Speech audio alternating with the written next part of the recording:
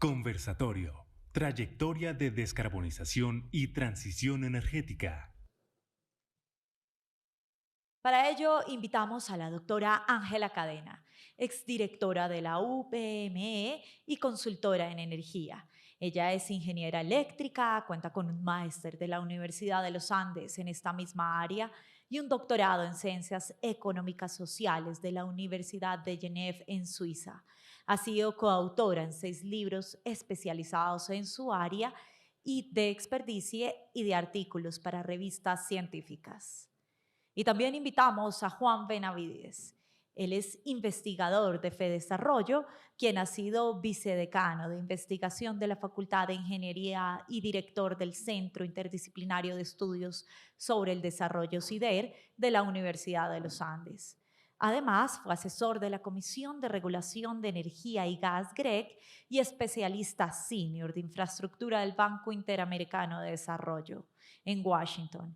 Ha publicado artículos en revistas indexadas como AEE Transactions on Power Systems, Journal of Construction Engineering and Management, Journal of Regulatory Economics, Journal of Regional Science, entre otros. Benavides es también consultor internacional en diseño de políticas de regulación, contratos, evaluación financiera e incentivos en energía, transporte, telecomunicaciones y agua potable, y en economía geográfica, recursos naturales y de gestión de riesgos de desastres. Y en los campos anteriores tiene experiencia de trabajo en 14 países. Hace parte del Consejo de Estructuración de la Agencia Nacional de Infraestructura, ANI. Bienvenidos.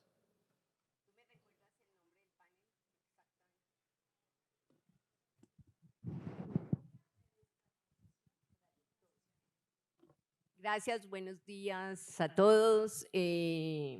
Gracias, Andec, por la invitación, a Edwin, que nos ayudó a coordinar lo que esperamos salga bien y sea interesante.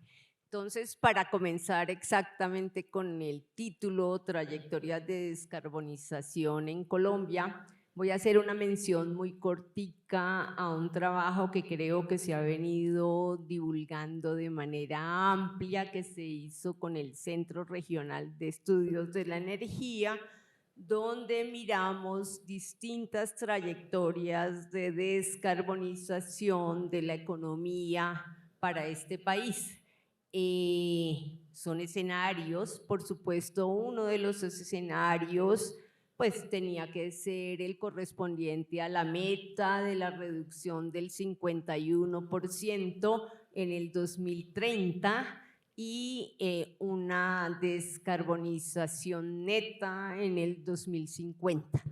Alrededor de ese escenario se hicieron pues otros tradicionales de no cumplimiento de la meta, solo por efectos académicos de mirar cómo sería la composición de la canasta energética, e hicimos uno muy a solicitud mía, intuitivamente, pensando en una descarbonización en el 2070 que felizmente coincide con una posición de India en una de las últimas reuniones de la COP. Los resultados muy sencillos. Como lo dijo Tim aquí al lado, la economía se va a electrificar también en Colombia. El crecimiento de la capacidad instalada en fuentes de energía va a ser importante y un alto porcentaje de esas fuentes de energía va a ser fuentes de energía no convencionales. Entonces hay como dos escenarios, yo creo más en el más convencional, uno en que la capacidad instalada se multiplicaría por 5 en el 2050, esto es poniéndonos entre 90 y 100 gigavatios de capacidad instalada, el otro que se multiplicaría por 3, poniéndonos entre 55 y 60 gigavatios. Ahí están sus 54 billones de dólares que se requerirían, un poquito en cuenta de servilleta aparte, Juan, después le doy la palabra, pero pues entonces que la servilleta de él es más fina, yo la tengo aquí, pero bueno, no tengo aquí los números de las inversiones que se requieran, pero ese es el panorama que tendríamos nosotros y pues eso plantea retos importantes en la operación.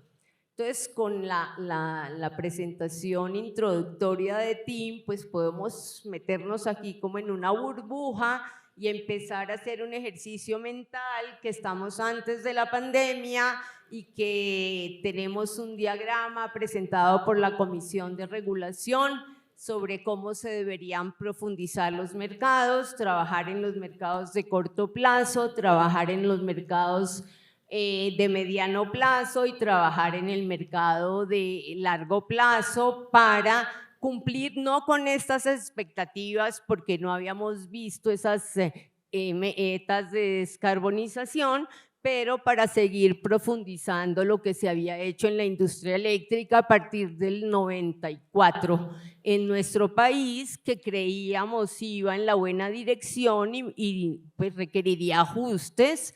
Se hizo una misión de transformación que miró unos temas y dejó una hoja de ruta. Entonces podríamos hacer el ejercicio mental y estar aquí discutiendo cómo avanzamos en la hoja de ruta, cómo estamos creando o adaptando el mecanismo del cargo por confiabilidad mientras se profundizan los mercados de contratos de largo plazo, mientras tenemos instrumentos de cobertura, como en el mercado de corto plazo, pues contamos con los instrumentos que nos mencionó Tim, de los mercados intradiarios, del mecanismo de balance y del mercado de servicios complementarios.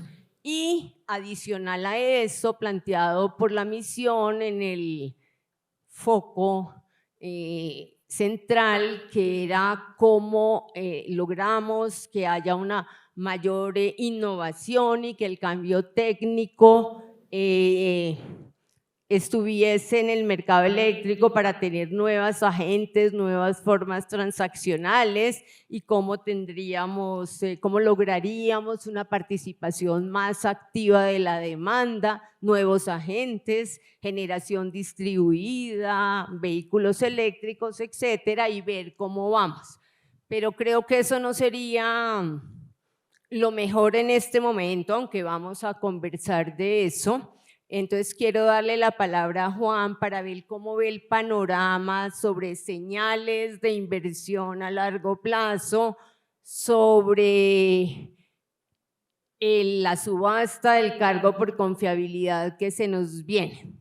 Pero antes de darle la palabra, olvidé un detalle de los ejercicios del CRE y que creo que Juan también lo mencionó en un trabajo, en todos los escenarios, sea que nos descarbonicemos en 2070 o en 2050, el gas natural juega un rol fundamental para esa transición y todas las trayectorias de mínimo costo tienen gas natural presente. Si nos descarbonizamos en 2050, no sabemos la probabilidad de lograrlo, para mí no muy alta, pues el gas empieza a declinar en 2040, si es en 2070, el gas empieza a declinar después del 2050, 2055. Eso cierro paréntesis y qué pena que se me olvidó en su justo momento. Le doy la palabra a Juan para que entonces nos hable de los temas de suficiencia, un poquito mezclados con los temas de confiabilidad en el sentido que lo manejó Tim. Gracias, Juan. Muchas gracias. Gracias a Andec por la invitación. Muchas gracias a Tim Chitecate por la muy buena y comprensiva presentación. Yo quiero hacer mi intervención en dos partes. En una primera parte quiero hablar del contexto general, no de sistemas de potencia, sino de transición. Y segundo, ya entro a mirar 7 puntos de los tratados por TIM y qué significa en Colombia cada uno de ellos. Primero, el contexto. ¿Qué se observa? A menos que no tenga una visión de el vestido nuevo del emperador, pues veo un gobierno que va por todo, en el sentido de desmantelar la ley 142-143, de desmantelar la regulación independiente, de disminuir la presencia del gas más antes de lo necesario, del gas y de los combustibles fósiles, de crear unos mercados, unas formas de remuneración, no mercados, sino otras formas de remuneración por fuera de la competencia y de las reglas de los incentivos. Entonces, pues eso es bastante preocupante, ¿no? Para mí personalmente, y yo lo he manifestado así en una columna que escribí hace semana y media en El Tiempo, algunos seguramente la leyeron. Ahí soy más duro de lo que estoy diciendo ahora, estoy siendo muy prudente, muy decente. Entonces, pues, asumiendo que nada de eso va a pasar, entonces uno podría decir lo siguiente: supongamos que el gobierno no tiene capacidades técnicas para hacer lo que promete, y que tuviera en el regulador y en el ministerio personas con formación en mercados, en incentivos, en organización industrial, en sistemas de potencia, etcétera. Entonces uno pensaría que uno, y los puntos que voy a mencionar no son en el orden que los mencionó Tim. Uno, se requiere una planificación integrada de recursos, o como se dice en inglés, Integrated Resource Planning, en el cual, sin veto a ningún combustible primario, ninguna energético primario, se hace una frontera eficiente con varios atributos que pueden incluir costos, emisiones, confiabilidad, densidad energética, que es algo importante. La densidad es importante y no la proveen las renovables intermitentes. Uno no puede viajar de aquí a Londres con baterías, ¿no es cierto? La batería necesaria para ir de aquí a Londres es unas 20 veces más pesada que el avión, ¿no es cierto? Entonces, necesitamos crear fronteras eficientes en el cual pues, se balanceen esto y de manera natural aparecerá entonces pues, el gas, aparecerá entonces una proporción de renovables no convencionales, aparecerán las hidroeléctricas, etcétera, en algo que sea balanceado, igual que como construye uno un portafolio financiero, que balancee riesgo y rentabilidad. Entonces, eso es lo primero, es importantísimo recuperar esa función de planificación con una lógica más moderna. Eso lo planteamos conjuntamente con Ángela hace 5 años. 5 años para el gobierno de Duque, ahí fracasamos estruendosamente. No veo por qué no podemos fracasar otra vez. Segundo, missing markets. Importantísimo. La solución a los problemas requiere construir mercados para una serie de asuntos más sofisticados, voltaje, frecuencia, todos los que mencionó Tim, como 4 o 5 mercados con lógicas de subastas diferentes, con incentivos diferentes que requieren una sensibilidad, un conocimiento de los sistemas de potencia, un conocimiento de la influencia sobre el desempeño de las redes que actualmente no se ven. Pero no, yo no puedo simplemente con un modelo reestatizado de decir vamos a tener todo reestatizado y el resto es a los 1960, ¿no?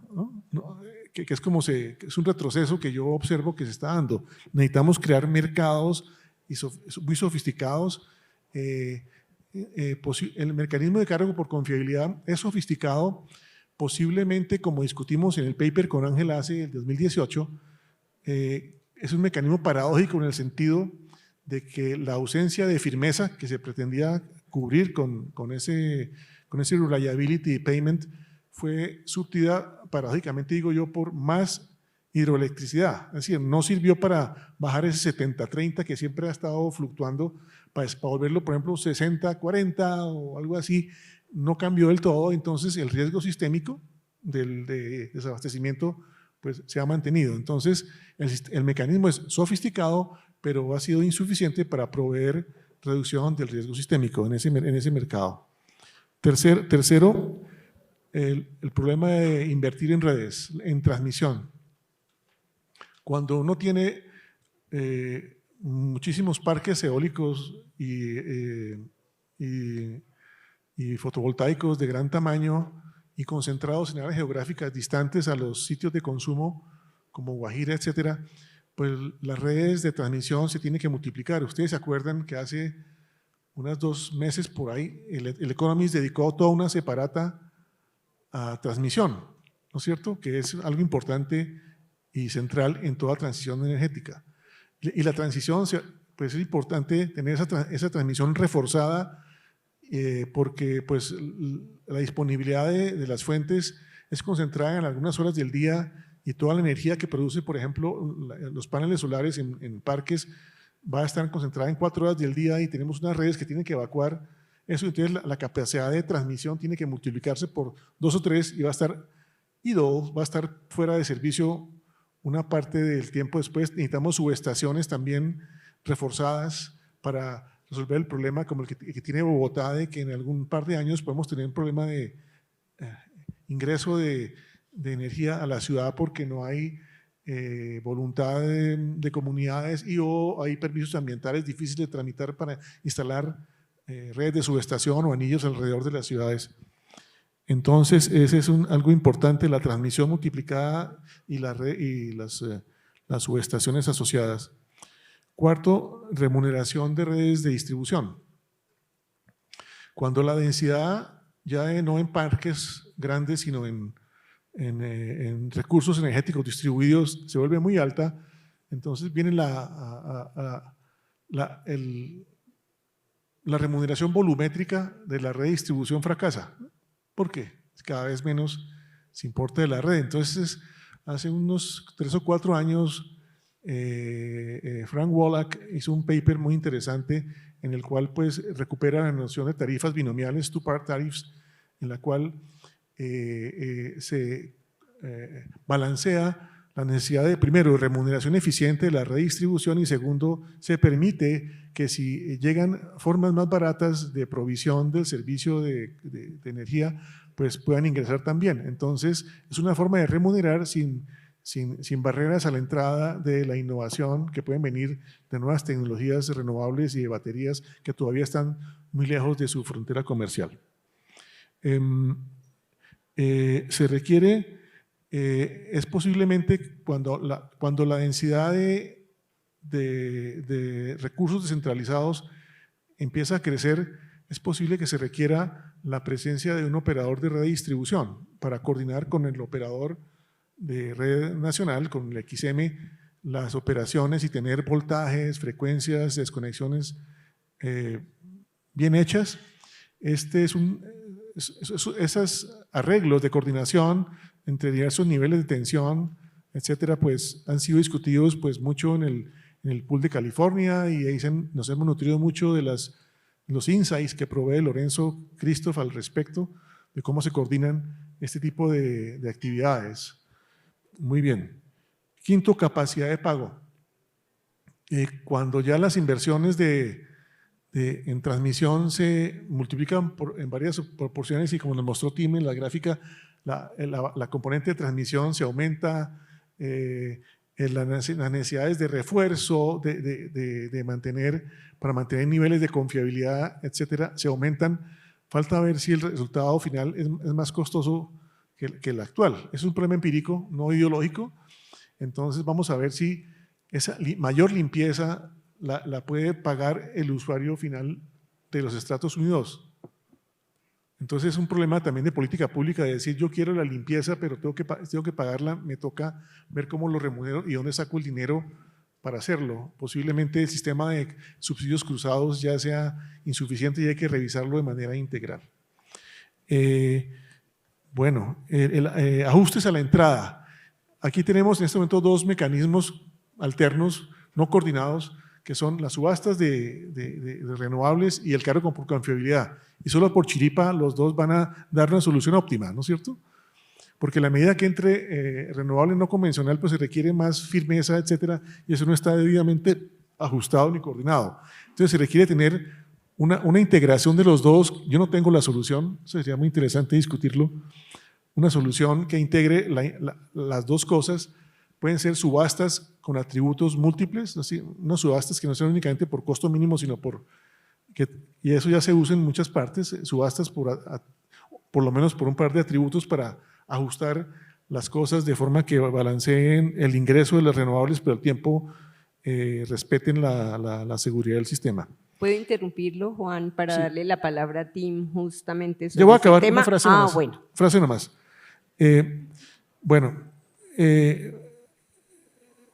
Muy bueno haber visto a Robert Wilson citado de nuevo. Eres uno de nuestros ídolos aquí en Colombia, porque él escribió el paper fundamental hace más de 30 años sobre la naturaleza económica de la electricidad. Es un mercado fundamentalmente incompletos porque el almacenamiento, que es lo que permite ser completitud, perdón por el mal español, la completitud de los mercados lo permite la capacidad de almacenamiento, y eso no es posible porque uno genera y tiene que entregar en tiempo real. Entonces la incompletitud del mercado eléctrico se profundiza con las renovables intermitentes. Entonces eso es importantísimo de ver, que se necesitan muchísimos más mercados para manejar voltaje, frecuencia y todas estas cosas que se van a profundizar con la llegada de las renovables no convencionales. Muy bien, por ahí voy. Bueno, Juan, gracias. Quería justamente darle la palabra a Tim para que, pues, en su experiencia nos dé la opinión sobre si, con lo que ha podido conocer y leer sobre Colombia, si cree que un mercado con hidroenergía y con fuentes renovables no convencionales sería suficiente para proveer los resultados que analizaste, y cuál sería como un nivel esperado de precios, o sea, la asequibilidad para el consumidor que tú ves en este cambio hacia la descarbonización. Yes, thank you very much. Thank you very much for the question. Otherwise I hear the translation directly. So I think that's really the billion-dollar question, right? In this future, with a lot of hydro now 70%, and then a bunch of renewables, will that be enough? It might be enough in some contexts, like if you think about Montreal, where they have 90% of hydro, they don't have that kind of very volatile weather cycles. It might be enough in Norway, where they have 95% hydro and the weather is kind of stable. But I think the thing in Colombia is that you have these hydrological cycles, which really make it more complicated. And the other problem is also that demand is growing massively. So I don't know how it is here, but it is very hard to build more hydro in many parts of the world. So then you would have the hydro you have today and a bunch of renewables. So you very likely need something else on top of that. And then the question is what that something else is, right? It's pretty sure that if you have a lot of networks, that makes the job easier. If you have demand responding, that makes the job easier, but you're still not getting there, more likely. So then you think, oh, maybe in the future, some countries look at nuclear, very expensive. Some countries are thinking about long duration storage. That will take another 20, 30 years. Some countries are looking at green hydrogen. So when you have too much electricity, you create hydrogen. When you have too little electricity, you burn it through the gas or coal turbines. The efficiency is quite bad. Some countries are looking at carbon capture storage, which have been promised to have a lot of cost reductions, but we didn't really see that in the last decade. So there's no real golden bullet. In the end, you probably need a good auction, a good mechanism to say, we're lacking this capacity. In the case that this happens, who has this capability? And the ones who have that capability, whether it is thermal, whether it is hydrogen, whether it is anything else should be paid for it. And I think you very likely need it because, as I've also shown, if you have a period of 3-4 months with very high prices and potential rationing, that is so much more costly than to pay a bit more for an insurance or capacity guarantees. So that would be my answer. I don't have a concrete answer, but at least I kind of looked at the different options. Gracias, Tim.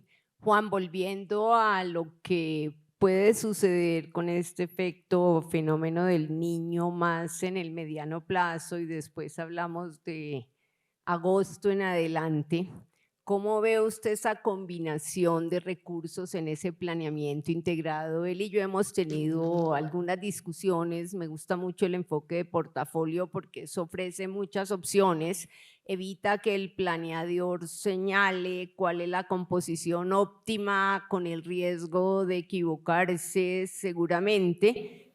¿Cómo ve usted esa composición e incluso…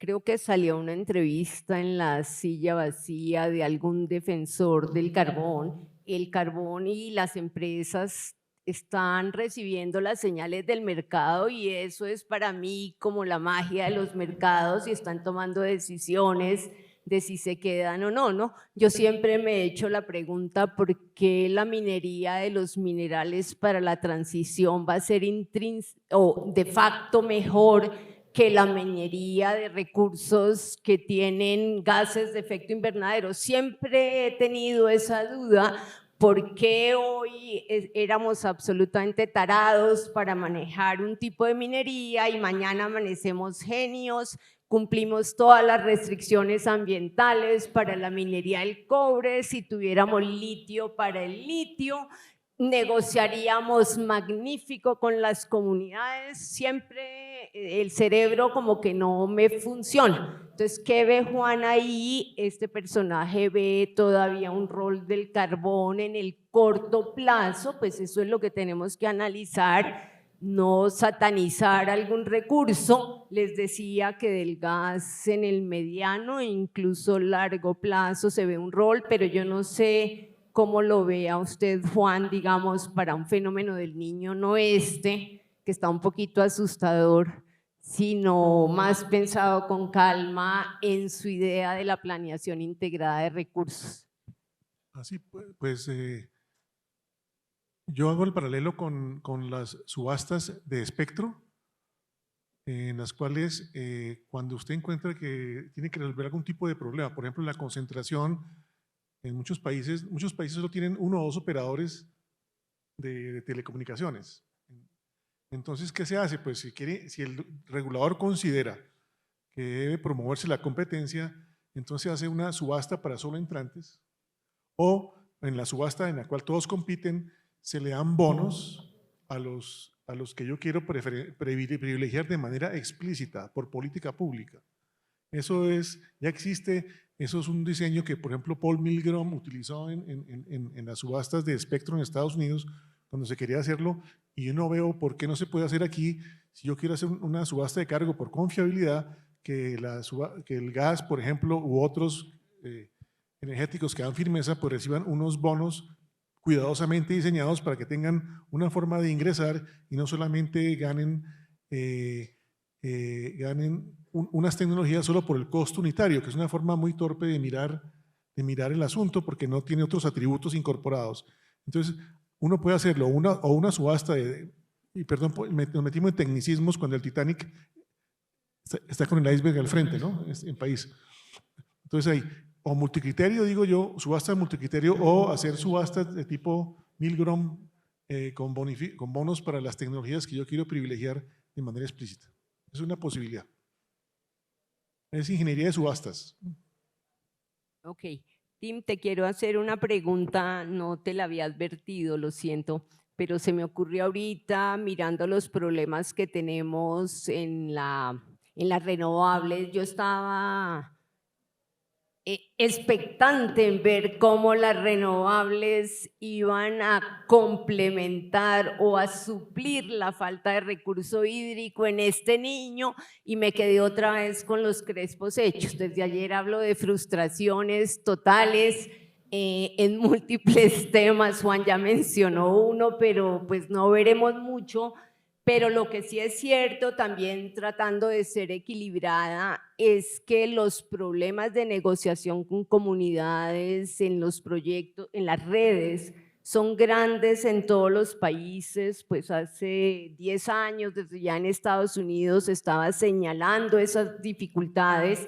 Me gusta lo que planteaba Luis Fernando Mejía. Espero que sea una realidad, que este gobierno que tiene tanta cercanía con las comunidades y tanta preocupación por el futuro de las comunidades logre destrabar pues estas dificultades o estos nudos que estamos enfrentando. Yo no sé si nos puedas contar si hay algunas lecciones aprendidas para este tipo de proyectos, porque pues hemos sabido que la dificultad no es solamente nuestra, está presente en muchos otros países con este importante crecimiento de redes que se avecina.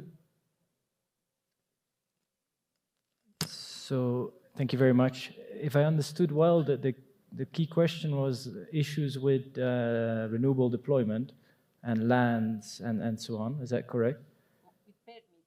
Permits, yes. Yeah. So this is a worldwide problem. I mean, like one example in Massachusetts, where I'm based, Boston, there's a huge target for offshore wind. They have auctioned off contracts for offshore wind.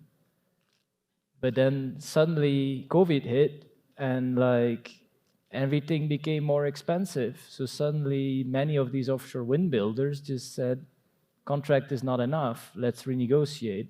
So that's another kind of complication. And now suddenly the offshore wind targets are 5 or 10 years delayed, which is kind of a big problem if you just told other generators it's time to retire, but then the new ones come in too late, and then you got a big issue, right?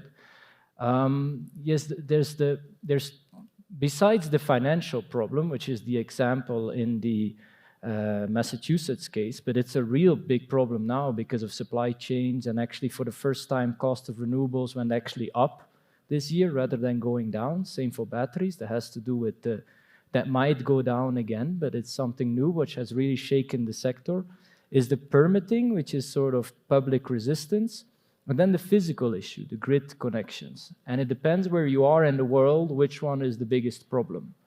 And it depends also what kind of generator. But the biggest problems I think we see is what I show also in the slides, is that the networks are just not ready to take up those capacity. In the European case, prices were hundreds of euros per megawatt hour for more than a year or 6 months. If you would be a renewable developer and you say, tomorrow I install my windmill, in 1 year you make back your business case because prices were through the roof. But that investor does not exist because it takes 3 or 4 or 5 years to get your windmill connected. And by that time, those high prices are probably already gone. So that's an example on how kind of lags you have all over the place. So I think it's both. It's networks and permits.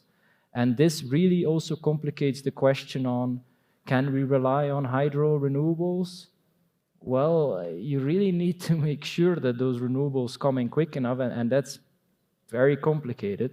So it seems that in the short run, I mean, there will be quite a lot of reliance still on the generators that we have right now, and a lot of turmoil and so on. I think that is just the reality. Gracias, Tim. Bueno, para emplear los últimos 10 minutos, Juan, si nos ponemos entonces en el aquí y el ahora, ¿cómo ve usted la situación a partir de agosto y qué recomendaciones podría hacer o qué alarmas podría prender? La perspectiva de una posible materialización del fenómeno del niño requiere gestión, requiere gerencia. No se puede decir simplemente que como ya se ha construido el mecanismo de cargo por confiabilidad, entonces ya estamos cubiertos porque es un seguro que tiene riesgo sistémico de todas formas y ahí tiene un CAP, ¿no es cierto? Cada compañía que logró una asignación pues tiene unas responsabilidades limitadas, ¿no? Entonces, pues se requiere introducir y se pueden empezar a montar de manera rápida esos mercados del lado de la demanda para lograr lo que lograron en el 80 y pico en California, pues los mercados que se discutieron, Chun Pong Chao y Wilson en su momento, llegaron a la cosa casi paradójica de que en su momento mucha gente quiso que el mecanismo siguiera funcionando, incluso después de que desapareciera la amenaza de racionamiento en California en su momento. Entonces, necesita gerencia, necesita poner a todos los industriales a tener esquemas de incentivos con los cuales ellos puedan utilizar sus generadores disponibles para empezar a ahorrar energía. Se puede hacer una serie de actividades, pero requiere gerencia. No se puede simplemente pensar que el mecanismo de cargo por confiabilidad ya está hecho y que ya se les pagó una plata y ellos tienen que responder, los generadores, ¿no? Hay que meterle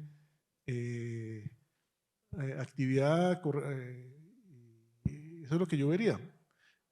Cuando hubo la amenaza del 2015-16, hubo algún tipo de gerencia de ese estilo, ¿no? Pues hubo una amenaza porque además el cable allá en la planta en el oriente antioqueño se dañó, hubo una serie de problemas, pero entonces hubo personas al frente de la solución de los problemas, ¿no? Se requiere eso, se requiere gerencia pública. Gracias, Juan. Tim, si leí bien en uno de tus artículos, tú haces, pues hablas o comparas el mecanismo de real-time pricing y el de time of use. ¿Podrías, o me equivoco, en una de tus referencias, no sé, podrías recomendarnos qué se podría hacer para que la demanda tome una parte activa de manera rápida, viendo pues el inminente fenómeno del niño que vamos a experimentar? Yes, so I wrote quite a bit on tariff design for end users and how they can be used in this transition. I think that is especially relevant in renewable heavy systems. I don't think that is the Colombian case yet, because if you face a problem where prices or your scarcity is for like a couple of months, then demand shifting is not really going to help you much. You cannot kind of delay your car charging for 3 months. You can delay it for 5 hours. But in renewable heavy systems, this becomes more and more important, that demand coordinates with when there's a lot of wind, when there's a lot of solar. So in Spain, actually 40% of consumers right now, they're subject to real-time prices. So the household, like Carlos, he sees every day, every hour, his prices are reflecting what happens in the day-ahead market, 40%. In Norway, that's 80%. In Denmark, that's 60%. This is very extreme because do you want to be exposed to the volatility of spot markets? This has been a huge issue in the European crisis because those consumers were the first ones that realized, damn, something's wrong. Why is my bill suddenly multiplied by 7? If you're on a long-term contract, you'll also feel it, but it'll just take a bit longer. So therefore, and the craziest case was actually Texas, where you had less than 1% of consumers on real-time pricing during the Texas storm in February 2021.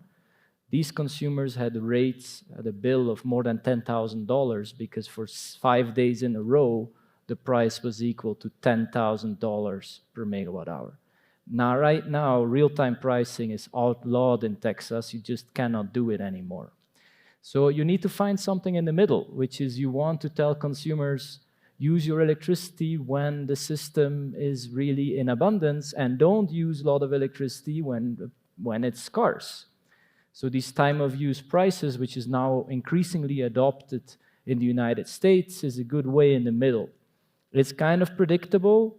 You are protected against price shocks because those prices are set, those tariffs are set 1 year in advance or 2 years in advance. But you do see a different price during noon in the summer compared to winter in the evening, which is very right because the value of electricity, example in California during noon in the summer is near 0, while it's near 200 in the evening in the winter. So a consumer has to see that, react to it, especially when they have more and more appliances that actually without any effort, they can schedule it and nobody will notice it. So it's vital. Gracias, Timmy. Gracias, Juan. Yo creo que para terminar, una invitación, no en nombre de ANDEC, creo que ni siquiera mía, porque ya no soy visible, pero las discusiones de este sector son realmente interesantes. Uno, los retos son magníficos, el trabajo que se ha hecho puede que no súper eficiente, soy una de las primeras críticas, creo que se ha podido hacer más rápido y más liviano, pero es un trabajo de 30 años que se ha acumulado.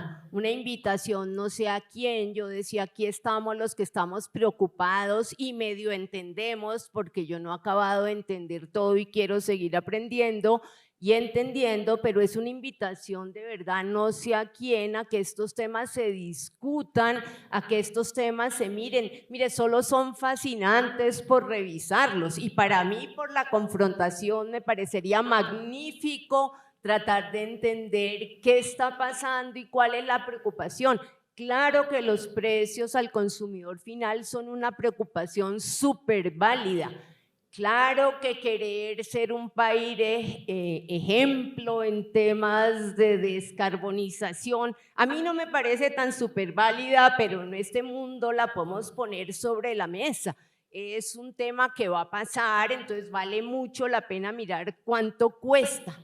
Entonces, cuando uno mira que quiere bajar los precios y que quiere energía limpia con la cantidad de redes que se necesita, de transmisión y distribución, cuando el precio sombra del CO2 está entre $100 y $300 la tonelada, yo no sé cómo uno puede levantarse y decir, no, las tarifas van a bajar radicalmente a la mitad. A mí no me cabe en la cabeza porque el modelo se electrifica. Hay más electricidad y entonces miremos el precio sombra de la electricidad y mire que baja cuando hay abundancia de recursos de cero costo, pero hay otros momentos donde no hay esa abundancia de recursos y hay que pagar lo que nos da la confiabilidad. Entonces, no, y uno mira la tarifa del CO2, reducir CO2 vale $100 la tonelada, 300, claro, podemos tener opciones de muy inferior costo, opciones cuyo beneficio es superior al costo, pero la única manera como uno queda tranquilo, entre comillas, es cuando le dicen cuál es el costo social del carbón. Entonces, pues claro, está de esos órdenes, entonces uno se siente que su sistema va dentro de la banda de precios, pero como decía Juan una vez, pues uno tiene una tasa de interés pues que depende de su situación, como era que decía usted, la tasa de interés de un gamín. Si uno no tiene todas las necesidades satisfechas, ¿cuál es su tasa de interés? Entonces le dejo a Juan para que cierre, si se acuerda, con ese dicho suyo. No, pues que la tasa de interés de un gamín es cero, es infinito, perdón, porque no existe el futuro.